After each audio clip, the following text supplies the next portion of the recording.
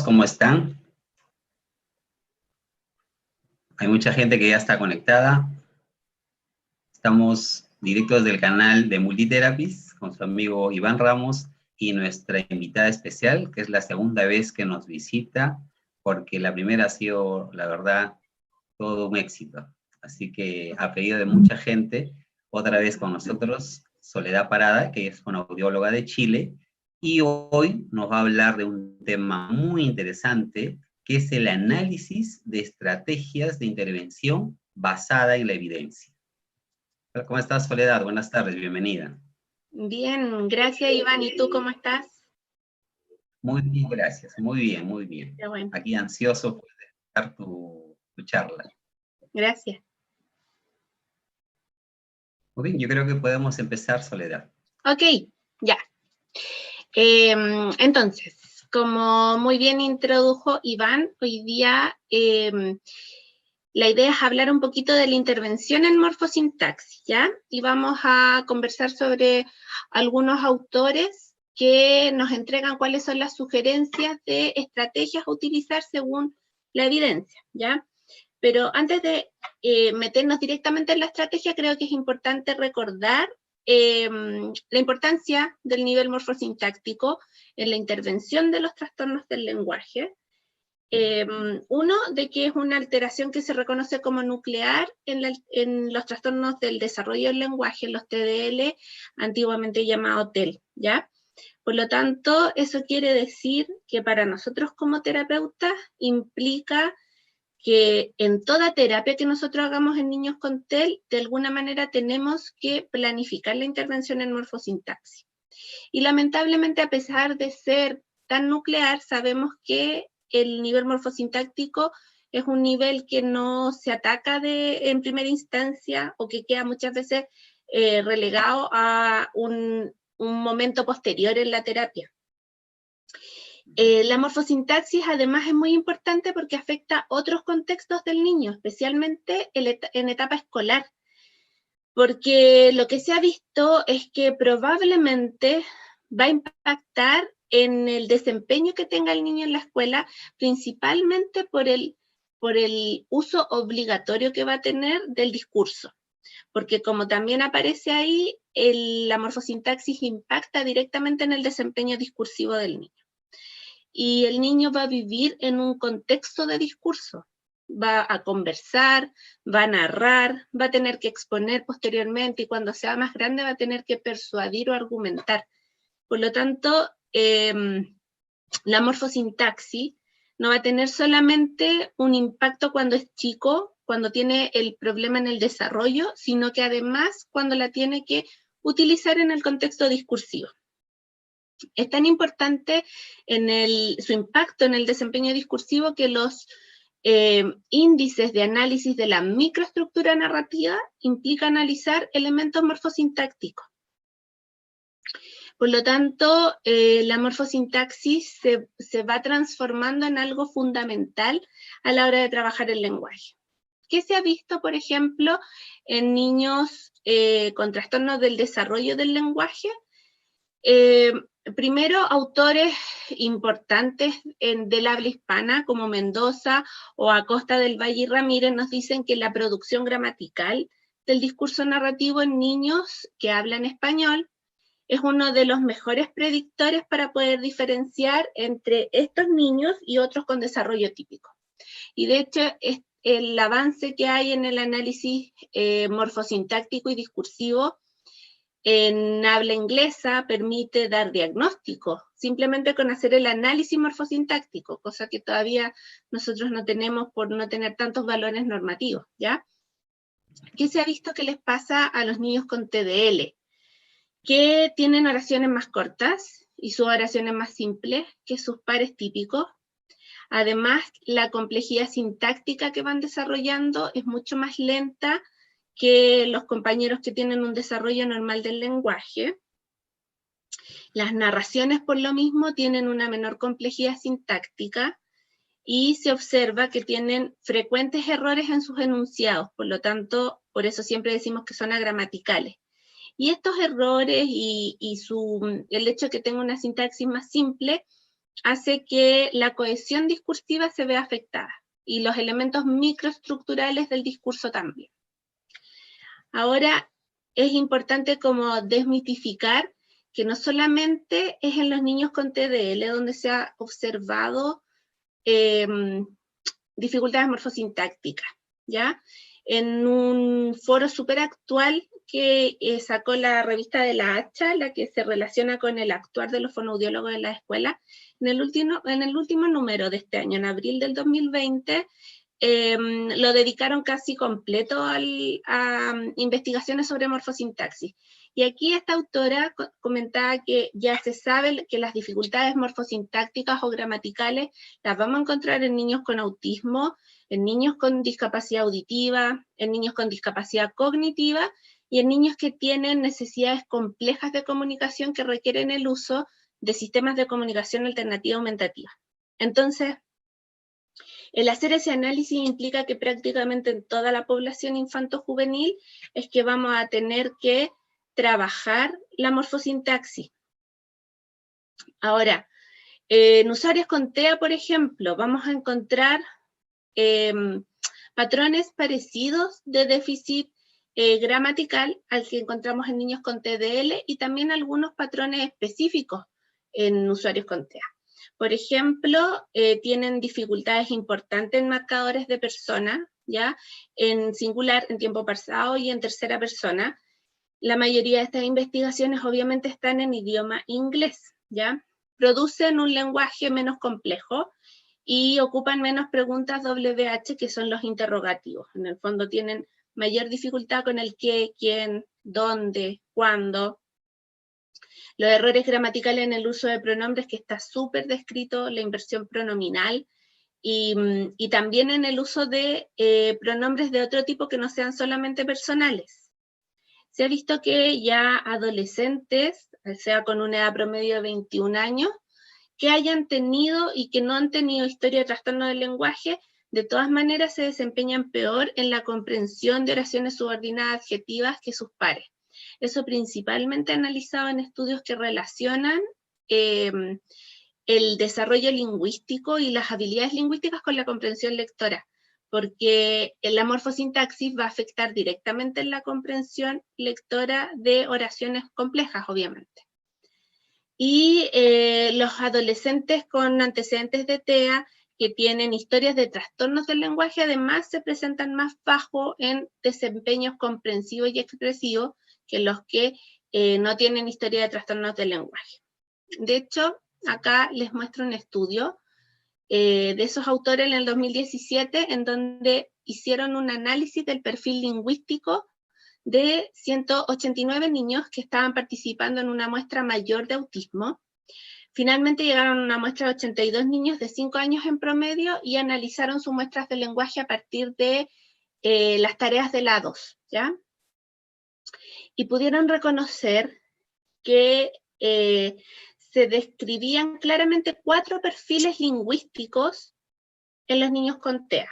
Había un grupo que no tenía trastornos del lenguaje, ya con habilidades lingüísticas acorde a su edad cronológica, hablando de trastornos del lenguaje en el fondo sin errores gramaticales, con un buen vocabulario y habilidades fonológicas adecuadas, ¿ya?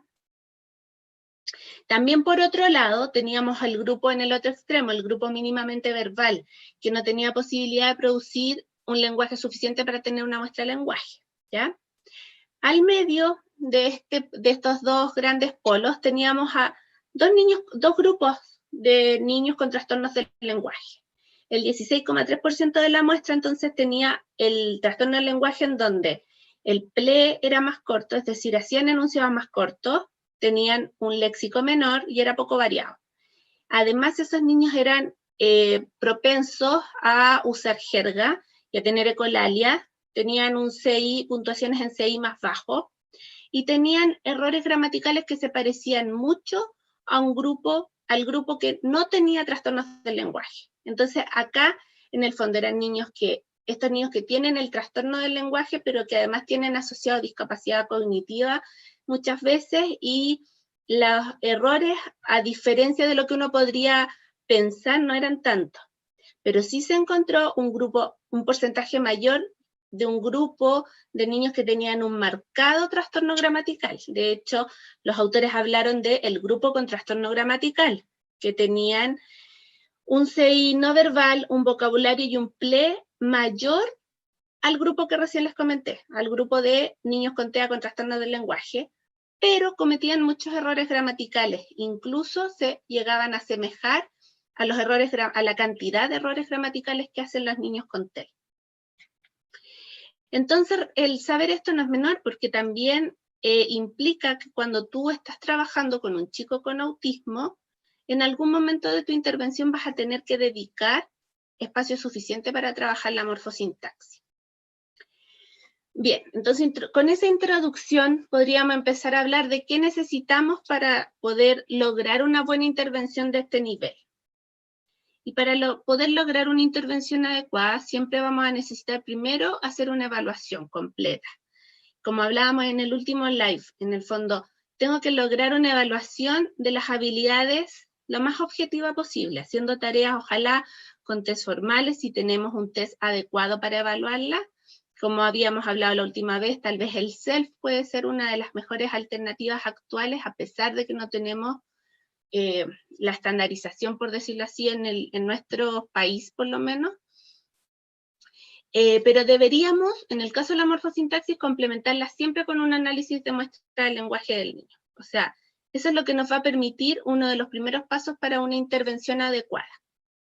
Otro elemento que tengo que tener para hacer una intervención adecuada es conocer el desarrollo evolutivo del nivel. Es decir, tenemos que saber cuándo el niño tiene que desarrollar una oración simple versus una oración compleja.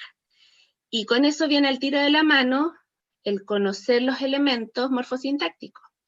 Yo no le voy a poder enseñar a un niño a hacer oraciones subordinadas adverbiales si no sé cuáles son las oraciones subordinadas adverbiales. Eso es fundamental. Además, en las actividades yo necesito saber por dónde partir, porque yo puedo saber el desarrollo evolutivo, pero tal vez hay niños que requieren un enfoque más funcional, y eso va a depender solamente de mi análisis SIF que haga del niño. Es decir, que yo sea capaz de analizar su sistema, su entorno, su contexto, para saber cómo está su actividad y su participación en la vida diaria y poder tomar decisiones funcionales para el niño, que tengan realmente un impacto en su vida diaria. Una vez que yo sé por dónde voy a partir, viene la selección de uno de los elementos más importantes de la intervención, que son las estrategias. ¿Cuáles son las estrategias de intervención que desde la evidencia me dicen que van a funcionar? Porque el fonoaudiólogo puede conocer muchas estrategias de intervención. El tema es que hay algunas que se ha descrito que te van a servir más para poder lograr los objetivos de distintos niveles, ¿ya? Y como siempre hay que ser lúdico. Y especialmente en el caso de la morfosintaxis, el ser lúdico en las actividades me va a permitir generalizar los contenidos, que es un problema que siempre tenemos los fonos, en que decimos, pero si el niño ya lo hace, sí, pero lo hace conmigo y no ha logrado generalizarlo a otros contextos o con otros interlocutores. Entonces, acá yo los invito a hacer una reflexión y a analizarse, porque ya dijimos lo que deberíamos tener. Ahora, ¿lo tengo o no lo tengo? ¿Ya? Que, por ejemplo, realizo una evaluación profunda del nivel morfosintáctico, por ejemplo, utilizando algo más que un test. Entonces, si yo en mi práctica terapéutica el nivel morfosintáctico solamente lo evalúo con un test, difícilmente voy a poder hacer una intervención funcional para mi usuario. Luego, con las muestras de lenguaje. Si hago o no hago muestras de lenguaje, el análisis de la muestra de lenguaje es fundamental para una intervención posterior. Por lo tanto, ahí también voy a empezar a pensar, esto es algo que voy a tener que empezar a hacer si quiero lograr una terapia más efectiva para mi usuario. El desarrollo evolutivo. Conozco el desarrollo evolutivo del nivel. Por ejemplo, sé que a los 3 años los niños efectivamente hacen oraciones complejas y que tengo que trabajarlas, por lo tanto, cuando son chicos, en etapa preescolar. Lo que pasa es que no son todas las oraciones complejas, pero hay algunas que están súper marcadas y descritas. Las estrategias. sé cuáles son las que tienen mayor evidencia para trabajar morfosintaxis, y si no lo sé, eso es algo que vamos a aprender hoy día, por lo menos una de las más clásicas. Los elementos del desarrollo morfosintáctico y del componente morfosintáctico. Soy capaz de dar un ejemplo de un pronombre relativo, de un adjetivo demostrativo, de un adverbio y sus distintos tipos. Eso también es algo que tengo que saber reconocer porque el conocimiento de los elementos morfosintácticos me van a permitir elegir bien los estímulos. Porque un error que puedo tener en la terapia es que elijan mal los estímulos, ¿ya? Y que yo jure que estoy trabajando oraciones simples con complementos directos y resulta que algunos de los estímulos que pusiste eran complementos circunstanciales, ¿ya? Y finalmente el contexto lúdico. ¿Trabajo solo con láminas o logro meter los estímulos que estoy trabajando dentro de algún juego? Bien, entonces, lo que queremos es la intervención morfosintáctica, luego de haber hecho esta reflexión y que ya sabemos más o menos qué es lo que nos falta o cuáles son nuestras fortalezas, queremos generar planes funcionales, acorde a los resultados de la evaluación y al desarrollo evolutivo, ¿ya? ¿Y a qué se refiere planes funcionales? A que sean, que quiero intervenir objetivos que el niño efectivamente va a utilizar. Entonces, podríamos decir que la intervención en sí, yo podría decir cuáles son los pasos para planificar esta intervención, que a partir de la evaluación completa que hice con la muestra del lenguaje y con tareas formales e informales, yo voy a obtener la lista de contenidos a trabajar. Y esos contenidos los voy a ordenar evolutivamente y funcionalmente para saber cuál voy a trabajar primero y cuál voy a trabajar después. Y a partir de esos contenidos jerarquizados, voy a sacar mis objetivos terapéuticos, que van a ser concretos, medibles, observables, ¿ya? No objetivos genéricos como que el niño logre usar pronombres. Eso no dice nada. Yo quiero un objetivo en donde salga claramente una conducta observable, que sea medible en el tiempo y realizable, ¿ya? Cuando logro determinar mis objetivos van a aparecer las actividades, porque del objetivo nace la actividad. Y la actividad tiene que ser lúdica, como ya dijimos al inicio, tiene que tener suficientes estímulos, es decir, no puedo esperar que el niño, por ejemplo, desarrolle una habilidad si le presenté 5 opciones de hacer oraciones, eso es muy poco. Y tiene que tener estrategia. Estas estrategias tienen que tener una base en evidencia científica, ¿ya? Porque ya sabemos en la actualidad que hay suficiente información como para hacer, o mejor dicho, como para ocupar o realizar procedimientos que ya han sido revisados y no que simplemente los hago por intuición. Finalmente, las estrategias las voy a jerarquizar y las voy a ir ordenando, porque no me sirve conocer una sola estrategia, tengo que saber varias, ¿ya? Hoy día nos vamos a enfocar entonces en estrategias. ¿Cuál es la importancia del uso de la estrategia? Las estrategias terapéuticas están directamente relacionadas con la respuesta del terapeuta ante el error del niño. Son las que te permiten enseñarle al niño algo. Si tú estás en una actividad donde un niño en todos los estímulos lo hizo bien y tú no necesitaste ocupar estrategias, entonces eso quiere decir que ese contenido no lo tenías que trabajar. Porque el niño yo espero que le cueste. O sea, yo voy a trabajar lo que al niño le cuesta. O lo que le cuesta mucho o lo que le cuesta poco. Pero lo que no le cuesta o lo que hace por sí solo, eso ya está desarrollado. Por lo tanto, el uso de la estrategia tiene que ver directamente con el error que va a hacer el niño. Cómo responde el terapeuta ante el error. Y además se enfoca directamente en el objetivo terapéutico. Porque el error del niño se relaciona con el objetivo de terapia que tú te propusiste, que es algo que él tiene que trabajar. El poder usar estrategias terapéuticas además permite que el niño tenga una segunda oportunidad de producción. Porque la idea es que ante cada estímulo el niño logre una respuesta correcta. En el fondo yo le presento un estímulo, el niño se equivoca, ocupa una estrategia y el niño ahí logra, a partir de mi apoyo, entregar una respuesta correcta. Y eso le permite entender cuál fue el error y poder ir como incorporando la regla implícita, o si es que ocupo estrategias más explícitas, de por qué se equivocó. Ahora, las estrategias tienen que ser oportunas.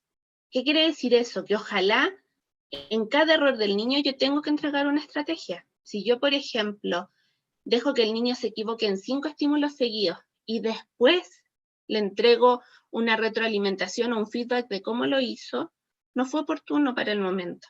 Hay muchos niños que necesitan, ante el error, inmediata una corrección, que puede ser directa o indirecta. Ahí vamos a ver el tipo de estrategia, pero en el fondo, inmediatamente el terapeuta tiene que mostrarle al niño la posibilidad de ocupar el estímulo correcto. Además, tengo que tener un set de estrategias porque siempre le tengo que dar más apoyo, porque hay niños que ante la primera estrategia no le funcionó, ante la segunda tampoco, y en la tercera recién sí. Y si yo, por último, no uso estrategia, entonces estoy haciendo solamente un juego. Y peor aún, si mi actividad no es lúdica, estoy haciendo algo fome, que no tiene ningún sentido, ¿ya?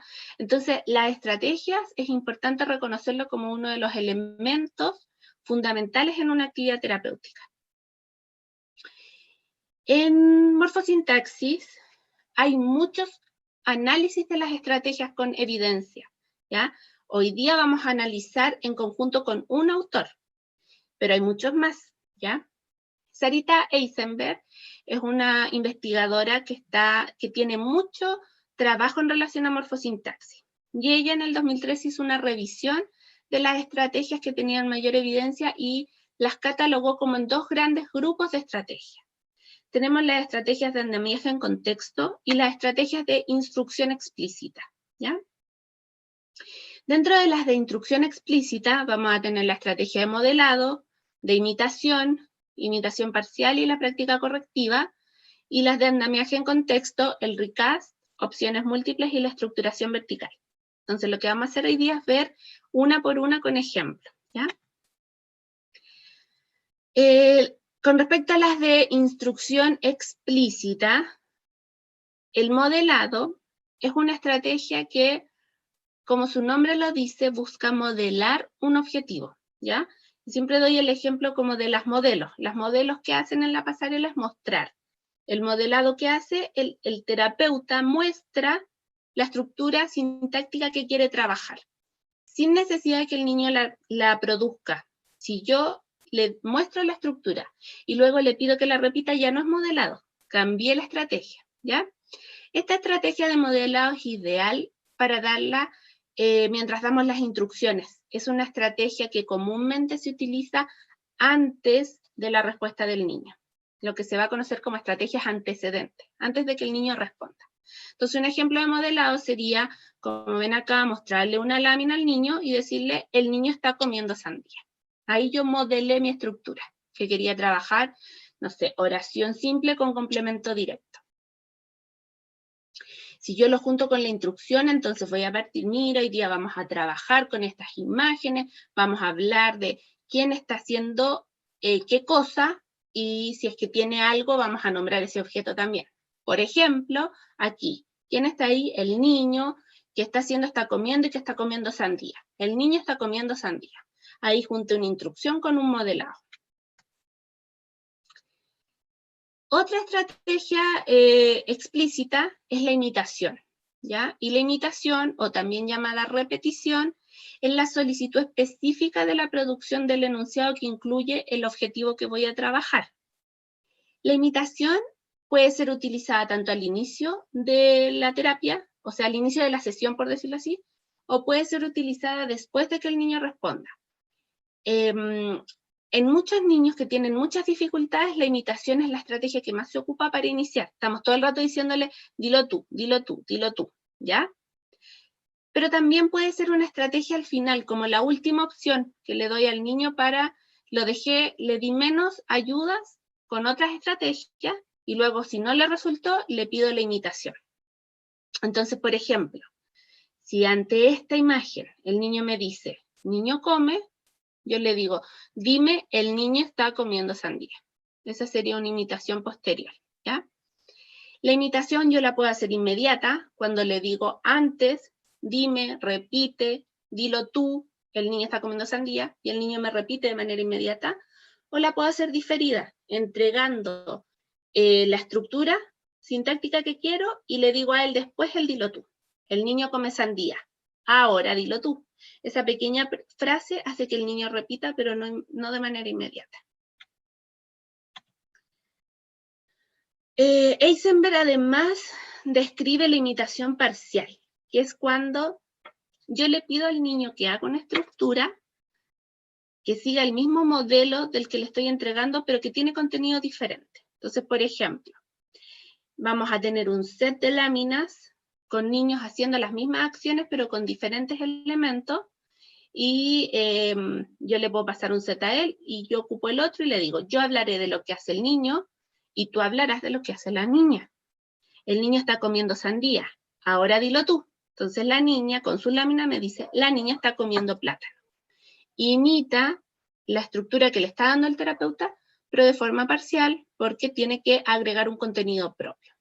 Claramente, la imitación parcial implica menos apoyo para el niño que la imitación completa, que es la que más apoyo le entrega. Ahora, la imitación, les quise agregar un paper sacado recién este mes, en abril, en el número de la revista que les comentaba, sobre un análisis que hicieron, una revisión de la imitación, el entrenamiento de la imitación, porque la estrategia de imitación ha sido una de las más utilizadas en morfosintaxis. Y efectivamente se ha visto en la revisión que es útil para lograr que el niño adquiera objetivos gramaticales en la terapia, especialmente si son objetivos que el niño no tiene. Es decir, cuando es una estructura gramatical que el niño no ocupa en nada, es muy, te sirve mucho ocupar la imitación. Pero no es suficiente para generalizar, ¿ya? Entonces muchas veces pasa que el terapeuta puede reconocer que ha logrado que el niño haga la estructura que estaban trabajando, por ejemplo, una oración con sujeto y verbo, pero no la ocupa. ¿Y por qué? Porque la estrategia que utilizó era una estrategia que más bien hace que el niño adquiera. Pero como es tan dirigida y tan poco natural, el niño lo adquiere, pero no lo usa porque no ha logrado generalizar. Entonces eso nos apunta a una de las conclusiones que tienen estos autores, es que tiene que ser usada en conjunto con otras estrategias que sí ayudan a la generalización. Acá les muestro una tabla de este estudio en donde hacen el análisis de cómo el entrenamiento en imitación puede variar desde poco apoyo para el niño o mucho apoyo para el niño. Entonces, por ejemplo, cuando yo al niño le pido una imitación completa, es una estrategia para niños que necesitan mucho apoyo, versus si ocupo una imitación parcial para niños que necesitan menos apoyo. También, si el niño necesita mucho apoyo, es mejor que ocupe una imitación inmediata. ¿Se acuerdan que era primero el di, la niña está comiendo, versus una imitación diferida en el caso que el niño vaya requiriendo menos apoyo? Si el niño necesita mucho apoyo, nos sugieren ocupar la estrategia como antecedente, es decir, antes de que el niño cometa un error y hable, sino que en el fondo le muestro la lámina y le digo, di, el niño está comiendo. Si el niño le quiero quitar apoyo, mejor ocupo la imitación como consecuente, es decir, le muestro la lámina, el niño repite, o sea, el niño comenta la situación y ante el error del niño ocupo la imitación. También analizan la densidad de la entrega de la estrategia. Por ejemplo, en un niño que necesita mucho apoyo y estoy recién entrenando una habilidad, lo voy a hacer en cada estímulo. En cada estímulo le voy a ocupar la estrategia imitación. Mientras que si el niño va requiriendo menos apoyo, voy a reducir las veces que le entrego el estímulo. Tal vez lo voy a hacer imitar cada 3, 4 intentos. Y finalmente, el uso de la estrategia que entregue el modelo correcto. En el fondo, cuando el niño necesita mucho apoyo, se la voy a entregar siempre, independiente que el niño haga bien el estímulo. Igual le voy a hacer repetir. Cuando el niño requiere menos apoyo, no, yo voy a ocupar la estrategia de imitación solo cuando el niño comete errores, ¿ya?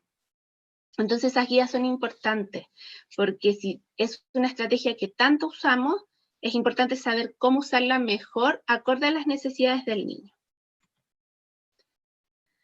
Bien, y la última de las estrategias que hablaba Eisenberg en su revisión de las estrategias de instrucción explícita es la práctica correctiva, en donde se le explica el error que hizo el niño, se le entrega el modelo correcto y luego se le pide que lo repita, ¿ya? Entonces, por ejemplo, aquí, ante la respuesta del niño que es niña come plátano, yo le voy a decir, ups, te faltó una palabra pequeña, escucha con atención. La niña come plátano, ahora dilo tú. Y ahí además le agrego como un énfasis prosódico en el elemento que faltó. Estas estrategias entonces de instrucción explícita que describe Eisenberg van a entregar modelos de el estímulo que estamos trabajando. Y además le entregan al niño muchas oportunidades para que practique de manera aislada y con muchas oportunidades de repetición. La idea es ocuparlas como con 10, 15, 20 estímulos para que el niño agarre, como que agarre el estímulo y empiece a producir. Pero son estrategias altamente estructuradas y se describe que son efectivas para la adquisición. Para la generalización no se han visto que sean efectivas y por eso es que deben combinarse con el otro grupo de estrategias que describe la autora. Estas estrategias se conocen el nombre que les puso es de andamiaje en contexto, ¿ya?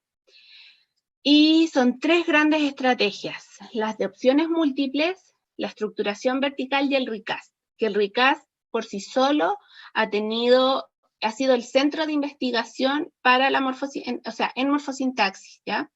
Porque se reconoce una de las estrategias con mayor efectividad. Entonces, en opciones múltiples, lo que nosotros hacemos es complementar la estructura en la que el niño tuvo error con una opción para que el niño escoja. Entonces, ejemplo, ¿qué le damos de comer al ratón? Y el niño me dice galleta. Entonces yo le digo, ¿le damos la galleta chica o la galleta grande? Y el niño me dice la galleta chica. Bien, entonces el ratón se come la galleta chica. Al final, en el fondo, a partir de las opciones que yo le di, el niño me entregó el insumo para yo generar la estructura que estoy trabajando, pero sin pedirle que repita. En el fondo, con estas estructuras de andamiaje en contexto, ante el error del niño, yo siempre voy a entregar bien cómo era la estructura. Y el cómo yo entrego la estructura correcta es según la estrategia que le estoy enseñando. Opciones múltiples es una, estructuración vertical es otra. En la estructuración vertical a veces uno se puede confundir porque las dos implican hacer preguntas, ¿ya?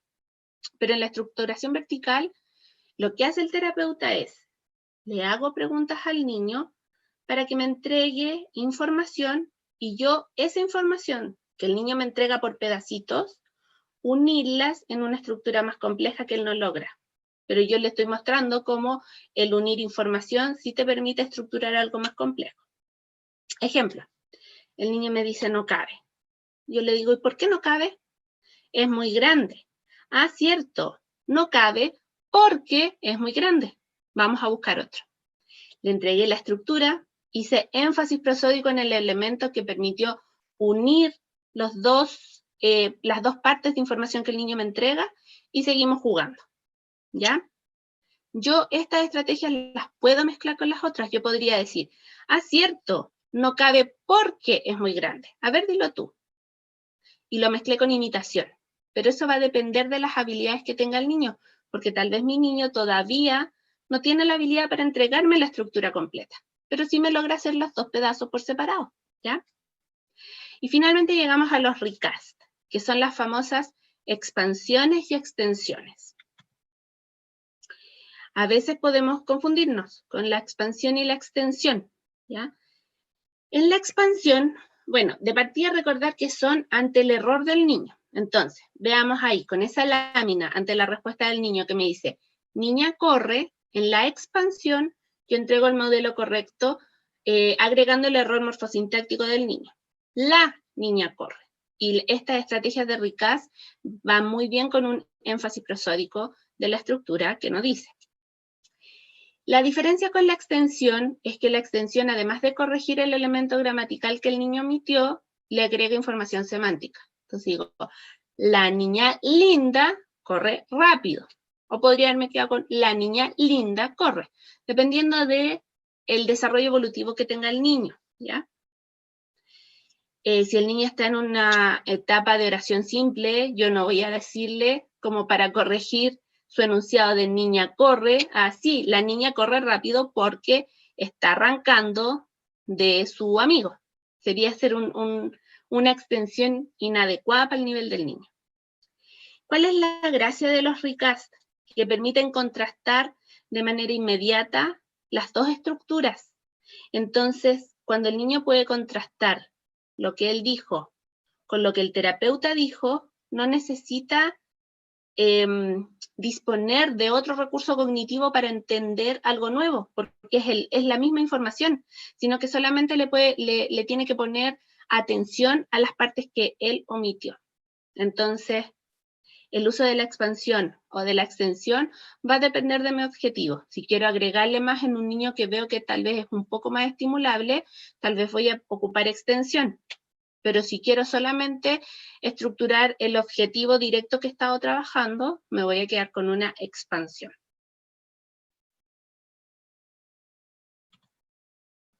Estas estrategias que son de andamiaje en contexto van a ayudar al niño a generalizar, como decíamos antes. Pero además se reconocen como más adecuadas de usar en contextos más lúdicos y significativos y naturalistas del niño. Porque es poco natural estar jugando, por ejemplo, con un niño y estar todo el rato diciéndole, ahora dilo tú, a ver, dilo tú, ups, se te fue esto, pero tenías que decirlo así, ¿ya? En el lenguaje, en el desarrollo normal del lenguaje, nadie nos está corrigiendo de manera tan directiva. Por eso es que estas estrategias se conocen que son buenas para andamiar, para ayudar en un contexto lo más pragmático posible, ¿ya? Tienen que proporcionarse siempre después que el niño comete un error. No sirve que sean posteriores. Y recuerden la característica que es que no les pide repetir ni imitar, pero que yo sí, según mi criterio terapéutico, puedo unirlas con las otras. Entonces, aquí hicimos el análisis de esta autora, ¿ya? Como les comentaba, hay otros autores y también hay otras estrategias que vamos a ver más en profundidad en nuestro curso. Pero sí, si ya sabemos que hay un listado de estrategias que sirven, también es importante preguntarse si va a influir las estrategias que yo selecciono y el cómo las entrego en los resultados. Entonces acá les quiero mostrar el resultado de esta investigación, que es un ensayo clínico, es un estudio con doble ciego y con grupos aleatorios, por lo tanto tiene un alto nivel de evidencia, en donde estos autores comprobaron el efecto de dos tratamientos, ¿ya? El tratamiento 1 le pusieron el nombre de recast, y el tratamiento 2, estrategias andamiadas. Lo que ellos querían ver es, ¿cuál era la respuesta del terapeuta que era más efectiva ante un error del niño? Entonces, probaron esto en niños con TEL de 5 años. Estos niños participaron en 8 sesiones, 1 hora a la semana, en grupos pequeños dentro de la sala de clase, ¿ya? 14 niños estuvieron en el programa de estrategias andamiadas y 17 en el programa de enfoque recast. ¿Qué es lo que tenían en común los programas? En ambos, el terapeuta dentro de la sala de clase hacía una actividad para todo el curso que involucraba 3 objetivos gramaticales. Y luego se dividían en los grupos pequeños de 2 a 5 niños y se hacía trabajo de actividades específicas para esos 3 objetivos gramaticales. En ambos programas, cuando el niño respondía correctamente, el terapeuta entregaba otro modelo del estímulo.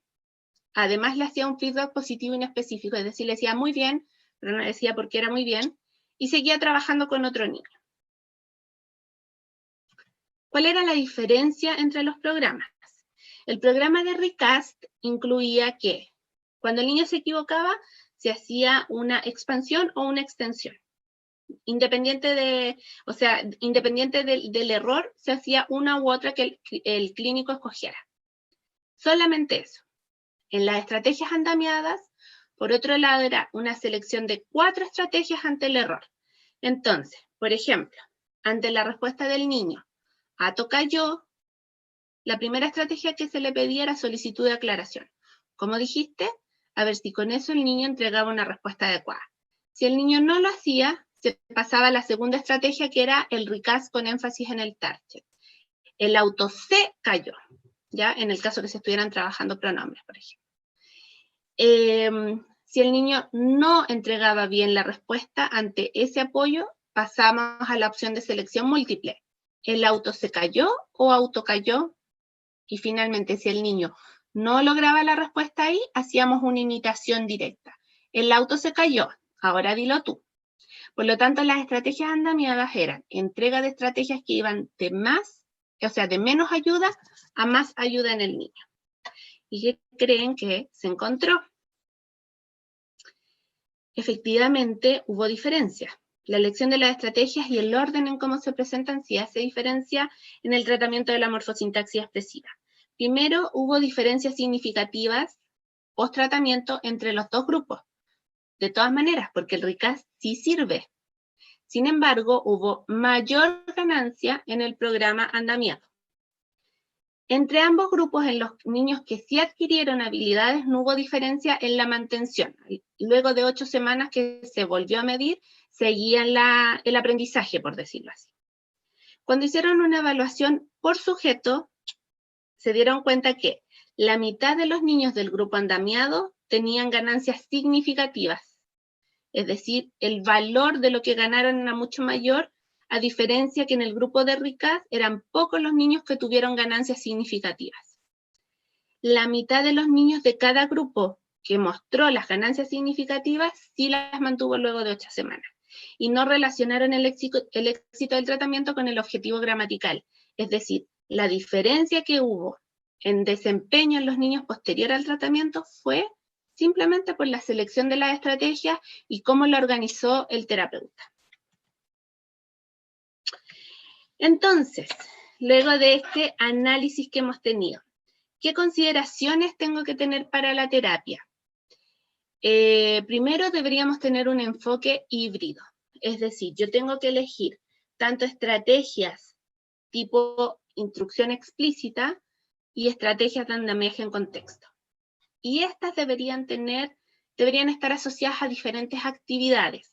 Por ejemplo, empezar con estas estrategias que son descontextualizadas, como la imitación, el modelado, con una tarea inicial en donde el niño con láminas trabaja la estructura objetivo, pero esa actividad no va a estar completa si no hago una segunda parte en donde el niño tiene que, esto que trabajé de forma tan descontextualizada, meterla en una actividad lúdica o de discurso o de lectura de cuentos o de conversación, en donde podamos poner en uso estrategias de andamiaje en contexto y que en el fondo el niño pueda usar en un contexto un poco más real las estructuras que trabajó conmigo en un contexto tan clínico y descontextualizado como es el uso de láminas. Por lo tanto, para que el niño adquiera habilidades gramaticales, necesito apoyarme de estas estrategias más descontextualizadas y de muchas oportunidades de repetición. Pero para que el niño ocupe lo que yo le estoy enseñando, necesito hacer actividades que impliquen el uso espontáneo por parte del niño de estas producciones. Y que desde el terapeuta se utilicen estrategias de andamiaje en contexto que sean más naturales en la entrega del estímulo completo. Bien, entonces, para finalizar les voy a dar el ejemplo de cómo podría ser una sesión con este análisis que vimos, ¿ya? Pensemos en un contenido a trabajar. Pensaba en un niño, por ejemplo, que tiene dificultad con las oraciones simples con complemento. Entonces vamos a partir con oraciones tipo sujeto, verbo y complemento directo. Mi objetivo de la actividad va a ser, Juanito estructurará 10 oraciones con sujeto, verbo, objeto, con láminas y material concreto. los estímulos, que tengo que saber súper claro cuáles van a ser las posibles oraciones que va a generar. Ya, por ejemplo, voy a trabajar oraciones relacionadas con la rutina de levantarse. Ejemplo, el niño se lava la cara. Entonces voy a tener láminas con verbos que estén relacionados con la rutina, sujetos con niños, niñas, sujetos significativos, y los complementos directos van a ser relacionados con los verbos. No puedo poner cualquier complemento directo, ¿ya? Mi material van a ser láminas para que se generen esas oraciones, y además, en esta actividad quiero tener juguetes que permitan después hacer esta rutina de levantarse de varios personajes. Entonces necesito personajes, necesito tal vez una casita o material como de una pieza, de una cocina, etc. ¿Qué voy a hacer al inicio? Voy a comenzar entonces con la enseñanza descontextualizada y directa de las oraciones, ocupando modelado, imitación, práctica correctiva, y les puse ahí también el recast, porque Eisenberg, la autora que vimos, lo mete en este estrategia de andamiaje en contexto, pero otros autores clasifican el recast de otra manera. Entonces el recast al final creo que es una estrategia que es transversal en el uso de la morfosintaxis, así que la puedo ocupar igual antes, ¿ya? Y además que la mayoría ocupa el recast con imitación. En el fondo uno entrega el estímulo y además le vuelve a decir, ahora dilo tú. La idea en el fondo es que el inicio podríamos partir de esta manera descontextualizada, por lo menos unos 15 intentos del niño hasta lograr el criterio de logro que yo quería, y la gracia es que busquemos un juego entretenido para que el niño llegue a las láminas. En el fondo, que nuestra sesión no sea que el niño se siente y tiene una lámina al frente, sino que tal vez jugamos a los bolos, y cuando botó un bolo, debajo de ese palitroque había una lámina, o el niño tenemos una piscina de pelota, y las láminas están escondidas dentro de la piscina de pelota, o el niño teníamos que tirar pelotas a algunas cajitas, y en la cajita que cae está la lámina. Busquemos una forma lúdica de que el niño llegue a la lámina si la vamos a ocupar, ¿ya? Y ahí el niño hace los distintos intentos suficientes para poder adquirir esta estructura sujeto, verbo, complemento directo. Luego, ¿cómo podrían ser un ejemplo de las estrategias que voy usando? Si el niño, tengo esta lámina, y el niño le presento la lámina con estrategia modelado. Vamos a decir quién está y qué está haciendo lo más completo posible. Por ejemplo, el niño se lava la cara. ¿Cómo se vería la estrategia imitación? Si yo la quiero hacer en un niño que tiene mucha dificultad y se la quiero presentar antes, le voy a decir, mira, el niño se lava la cara. Y si no, la voy a ocupar una vez que el niño comete un error. Por ejemplo, si el niño me dijo, niño lava cara, le voy a decir, el niño se lava la cara. ¿Cómo se vería la práctica correctiva? Le diría, te faltaron unas palabras pequeñas. El niño se lava la cara. Y hago un énfasis prosódico tanto con la voz, y además con apoyo de las manos, para que el niño se dé cuenta dónde estaban esas palabras que él no dijo. ¿Cómo se vería un recast con énfasis? Igual, el niño se lava la cara. La diferencia es que no le pido que repita. ¿Cómo se vería la estructuración vertical? Si ante esa lámina el niño no me dice nada, que es súper común, yo le puedo decir, ¿y quién está ahí? Me dice el niño. ¿Y qué está haciendo? Lava cara. Bien, el niño se lava la cara. De las respuestas del niño, las agarré y las uní. ¿Cómo se vería opciones múltiples? ¿Niño lava cara o el niño se lava la cara? Ahí está el ejemplo de las estrategias que vimos. Yo podría ocuparlas todas. Depende de cada uno de los usuarios. No es una receta. Hay usuarios que les sirve más imitación, una práctica más directa, modelado solamente, y hay otros que no, que ante eso funcionan mejor con las estrategias de andamiaje. Las voy a ir viendo, ¿ya? Ahora, una vez que hice la parte descontextualizada, paso a la segunda parte de mi actividad, que es jugar o crear un contexto pragmático que al niño le permita usar las estrategias que revisamos. O sea, perdón, los objetivos que revisamos. Entonces, ya practicó con láminas, ahora vamos a jugar a que los juguetes hacen lo mismo que se trabajó en las oraciones. O que cada uno es un personaje. Entonces, así las oraciones se dicen en tercera persona o en primera persona, ¿ya? Voy a ocupar en este caso estrategias de andamiaje en contexto, porque la idea es que el niño sienta que está jugando y no que a cada rato yo le diga, ya, pero ahora dilo tú, es que ahora dilo mejor. No. Entonces voy a ocupar opciones múltiples, el recast o la estructuración vertical. Ahora, ¿en qué me tengo que fijar? Que si el niño durante el juego no logra usar las estructuras, todavía no las adquiere, entonces voy a ocupar estrategias que implican más apoyo. Durante el juego voy a ocupar imitación y modelado, porque quiero darle la oportunidad. No todo el rato, voy a ir metiéndola. Pero si no necesita tanto apoyo y en verdad el niño empezó a agarrar la estructura que estamos trabajando, ocupo las de andamiaje en contexto. ¿Cómo cierro la sesión? Puedo cerrar la sesión recordando lo que trabajamos, qué hicimos hoy, qué se lavó el niño, qué hizo la niña, ¿te acuerdas que comió? Y ahí yo le doy ejemplos de estructuras y espero que él me diga algo. Y para la casa refuerzo de estas mismas oraciones, de oraciones que también tengan el mismo formato pero con otro estímulo, y siempre le enseño a los papás estas mismas estrategias.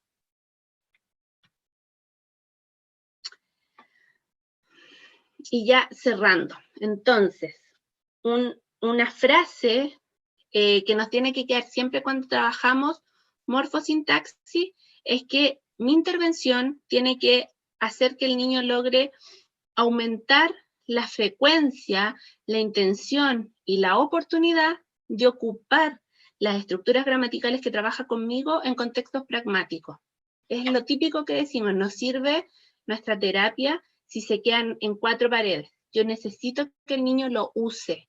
Y para que lo use, tengo que saber qué estrategias me van a ayudar para que lo use mejor. Y además, qué estímulos van a ser más significativos para el niño. Les dejo, como siempre, el link de descarga del manual de morfosintaxis, donde aparecen los elementos del desarrollo morfosintáctico, que es uno de los elementos fundamentales para poder hacer una buena terapia morfosintáctica, para que lo descargue. Y aquí está la bibliografía utilizada para el día de hoy.